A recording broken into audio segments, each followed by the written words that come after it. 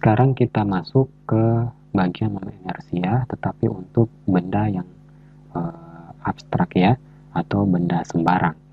Di sini misalkan ada suatu benda yang homogen, yang dimana kita telah ketahui di mana titik letak pusat masanya. Anggaplah dia berada di tengah-tengah, jadi titik ini. Oke.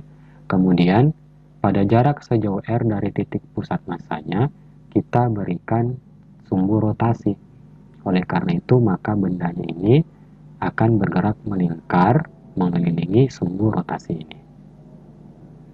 Dapat kita lihat bahwa energi kinetik total benda yang berotasi itu adalah memenuhi persamaan berikut ini, di mana EK sama dengan 1/2 M VPM pangkat 2 ditambah 1/2 IPM omega kuadrat, di mana VPM ini menyatakan kecepatan pusat massanya, dan IPM itu menyatakan momen inersia pusat massa pada benda tersebut. Karena pusat massa bergerak melingkar dengan jejari R, maka kecepatan pusat massanya itu bisa kita ubah ke dalam bentuk omega dikalikan dengan R. Sehingga dapat kita peroleh persamaan energi kinetiknya itu adalah sebagai berikut. Dengan melakukan penyederhanaan, maka kita bisa memperoleh momen inersia benda tersebut adalah I sama dengan mr pangkat 2 ditambah momen inersia pusat massanya. Inilah yang dikatakan sebagai teorema sumbu sejajar.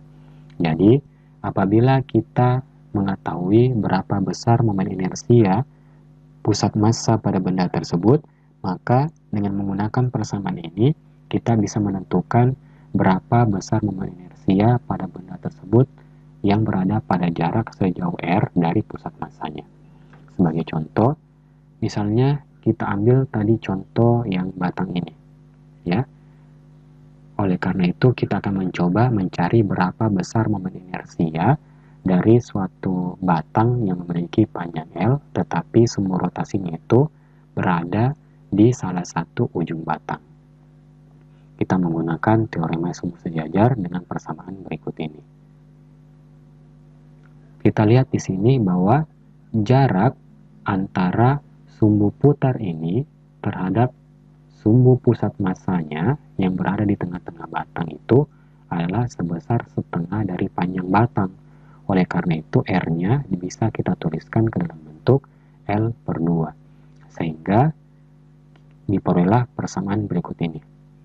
Oke, dan di mana momen inersia pusat massanya itu yakni sebesar 1/12 ml pangkat 2. Dengan melakukan aljabar sederhana, maka kita peroleh besar momen inersianya itu yakni sebesar 1/3 ml pangkat 2, yang hasilnya sama persis apabila kita menggunakan cara teknik integral.